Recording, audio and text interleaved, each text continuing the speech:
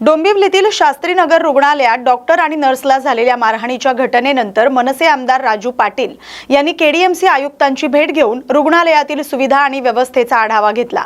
डॉक्टरांवरील हल्ल्याचं समर्थन होऊ शकत नाही असं स्पष्ट करत त्यांनी रुग्णालयातील अपुऱ्या सुविधांमुळे नागरिकांमध्ये निर्माण होणाऱ्या नाराजीवरही लक्ष वेधलं।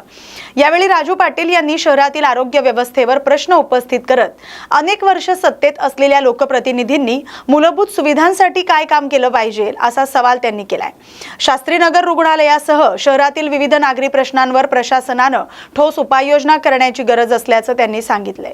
हीच भूमिका असणार, जिथे आम्हाला पटत नाही तिथे आम्ही जाब विचारणार आणि अशीच आमची पुढे वाटचाल असणार।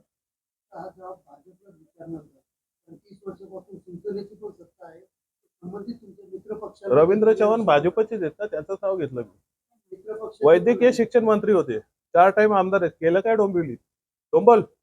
डोंबिवलीची डोंबिवली करून ठेवले।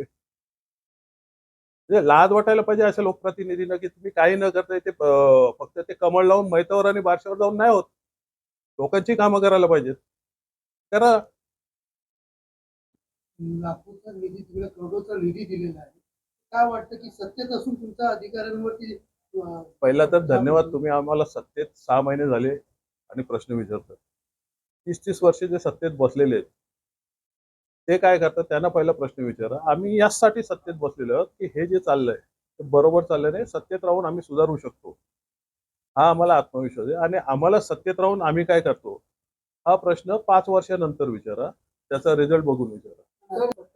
पहिली गोष्ट। दुसरी गोष्ट, डोंबिवलीचे आमदार रवींद्र चव्हाण तिथे आहेत कुठे?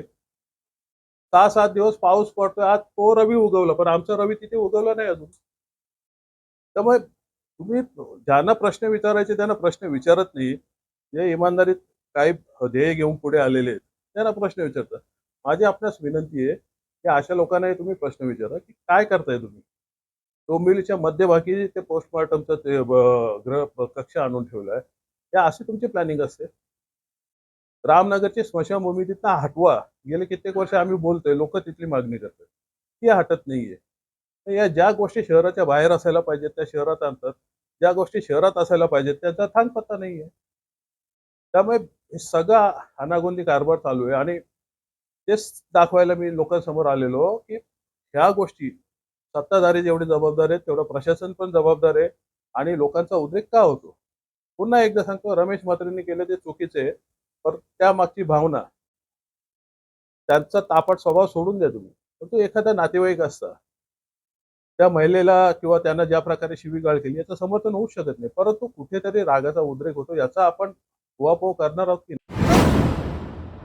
कल्याणजवळील आंबिवली येथील इराणी वस्ती परिसरात अतिक्रमण करून उभारलेल्या दुकानांमुळे नागरिकांना त्रास होत असल्याच्या तक्रारी आल्या होत्या। त्या तक्रारीनंतर केडीएमसीच्या महापौर हर्षाली चौधरी यांनी परिसराची पाहणी केली। यावेळी त्यांनी अतिक्रमण आणि अस्वच्छता करणाऱ्या दुकानदारांना चांगलंच धारेवर धरले आणि कठोर कारवाईचा इशारा दिलाय। आंबिवलीतील इराणी वस्ती परिसरात रस्त्यालगत अतिक्रमण करून उभारण्यात आलेल्या दुकानांमुळे वाहतुकीला अडथळा निर्माण होतोय आणि परिसरात अस्वच्छतेचंही प्रमाण वाढल्याच्या तक्रारी समोर आल्यात। या पार्श्वभूमीवर महापौर हर्षाली चौधरी यांनी अधिकाऱ्यांसह परिसराची पाहणी केली। पाहणी दरम्यान त्यांनी संबंधित दुकानदारांना स्वच्छता राखण्याच्या आणि अतिक्रमण हटवण्याच्या सूचना दिल्यात। नवी मुंबईतील अनधिकृत बांधकामाच्या मुद्द्यावर माजी खासदार संजीव नाईक यांनी महापालिका प्रशासनानं उच्च न्यायालयासमोर वस्तुनिष्ठ आणि अचूक माहिती सादर करावी अशी मागणी केली आहे। अनधिकृत बांधकामांसाठी संबंधित अधिकारी, कर्मचारी आणि लोकप्रतिनिधींची जबाबदारी निश्चित करून दोषींवर समान निकषांवर कारवाई करावी असं त्यांनी स्पष्ट केलंय। नवी मुंबईत मोठ्या प्रमाणावर अनधिकृत बांधकामं असल्याचा दावा होत असताना न्यायालयात सादर झालेल्या आकडेवारीवर प्रश्न उपस्थित झालेत। कोणालाही पाठीशी न घालता शहरातील अनधिकृत बांधकामांवर पारदर्शक पद्धतीने कारवाई करण्याची गरज असल्याचं संजीव नाईक यांनी सांगितलं। नवी मुंबई शहराच्या संदर्भात फक्त मी बोलायला गेलं तर अनेक ठिकाणी अशा गोष्टी आहेत, मग त्याला सर्वच लोक म्हणजे मी एकाकडे बोट दाखवायचं आणि 3 बोट माझ्याकडे येतील अशी परिस्थिती सर्वच ठिकाणी आहे। त्याच्यामुळे याला कोण जबाबदार नाही तर याला सर्व लोक जबाबदार आहेत, परंतु नुसतं जबाबदारी हा आहे बोलून जबाबदारी टाळता येणार नाही। मला वाटतं सर्वोच्च न्यायालयाने ही जबाबदारी फिक्स केलेली आहे असं मला समजतंय आणि त्यांनी वेगवेगळे ताशेरे ओढलेले आहेत। मग ते लोकप्रतिनिधी असतील, अधिकारी असतील. मला तर असं समजलं की काही अधिकाऱ्यांच्या नावासहित कारवाई केली, पण मला असं दिसतंय की फक्त महापालिकेचेच अधिकाऱ्यांवरती ती कारवाई झाली. जे डेप्युटेशनचे अधिकारी होते, ज्यांच्या कारकिर्दीमध्ये ते इथे बसले होते, मग त्यांनी त्यांची जबाबदारी नाही का? मग त्यांनाही त्याच्यामध्ये दोषी धरलं गेलं पाहिजे. तो कुठलाही कोणी अधिकारी असू दे, जर चुकीचं केलंय तर मला असं वाटतंय माननीय सर्वोच्च न्यायालयाच्या हे निदर्शनास आणलं पाहिजे आणि कोणावरही अन्याय होता कामा नये. सर्वांना न्याय मिळाला पाहिजे. अनधिकृत बांधकाम हे होताच कामा नये. त्यामुळे त्या शहराची खरोखरच जी काही एक डेमोग्राफी आहे बदलून जाते. आणि म्हणून मला असं वाटतंय की उच्च न्यायालयामध्ये, सर्वोच्च न्यायालयामध्ये या संदर्भामध्ये योग्य पद्धतीचं गोष्ट त्यांच्या समोर निदर्शनास आणली पाहिजे. मान्य न्यायालय योग्य ती त्या बाबतीत निर्देश करतील आणि मला विश्वास आहे की माननीय आयुक्त साहेब किंवा जे काही आता बसलेले जे लोक प्रशासन आहे हे योग्य पद्धतीचं त्या ठिकाणी कारवाई करतील. कारण नवी मुंबईची ओळख हे अनधिकृत मुक्त, बांधकाम मुक्त असं शहर म्हणून एकेकाळी होती, परंतु आपल्याला जे काही दिसत नाहीये. आज तुम्ही गावं घ्या, सेक्टर घ्या, अनेक ठिकाणी अनधिकृत बांधकामं झालेली आहेत आणि त्याचं मी कधीच समर्थन करणार नाही. मी या शहराचा महापौर राहिलेलो आहे, या शहरात खासदार म्हणून काम केलेलं आहे आणि या शहराचा मी एक नागरिक आहे आणि एक जबाबदार नागरिक म्हणून माझंही कर्तव्य आहे की आपण या गोष्टीमध्ये कुठेतरी पायबंद घातला गेला पाहिजे आणि योग्यरित्या त्या ठिकाणी कार्यवाही व्हायला पाहिजे. परंतु ती होताना अमुकावरतीच कारवाई होईल आणि अमुकावरती कारवाई होणार नाही असं होता कामा नये. सर्वांना सारखा न्याय मिळाला पाहिजे. माझं असं म्हणणं आहे की माननीय आयुक्त साहेबांच्याकडे ह्या गोष्टीची बाब निदर्शनास आणण्याची आवश्यकता आहे. मला असं वाटतंय की माननीय आयुक्त साहेबांना आता इथे 2 वर्ष पूर्ण झालेली आहेत. या 2 वर्षाच्या कारकिर्दीमध्ये त्यांना सर्व कर्मचारी, अधिकारी, जनता, लोकप्रतिनिधी, प्रशासन काळ, आता सत्तेचा काळ, सर्वचा अनुभव असलेलं मला वाटतं ते एकमेव आयुक्त आहे की ज्यांनी दोन्ही गोष्टी आता ते बघतायत, अनुभवत आहेत. तर मला असं वाटतं की माननीय आयुक्त साहेबांच्या ह्या गोष्टी निदर्शनास आणल्या पाहिजेत आणि मी स्वतः श्रमिक सेनेचं सुद्धा आम्ही इथे नेतृत्व करतो. आम्ही लोकप्रतिनिधी, इथले नागरिक म्हणून आम्हालाही असं वाटतं की ज्यांनी म्हणजे काही लोकांनी करून निघून गेले आणि बिचारे ह्यांना वरती ती तलवार टांगती आलेली आहे. तर न्याय सर्वांना सारखा लागला पाहिजे. या संदर्भामध्ये वेळ पडली तर आम्ही न्यायालयामध्ये जाऊ, त्यांना सुद्धा विनंती करू. वेळ पडली तर आम्ही जे लोकप्रतिनिधी आहेत, आता अधिवेशनाचं मला वाटतं आजचा शेवटचा दिवस आहे, तरी सुद्धा माननीय मुख्यमंत्री साहेबांना या विषयासंदर्भात अवगत करून देऊ आणि आमच्या लोकांवरती अन्याय होता कामा नये. जर यांच्यावर कारवाई होते तर ते सर्वांवरती कारवाई व्हायला पाहिजे असं आमचं मत असतं.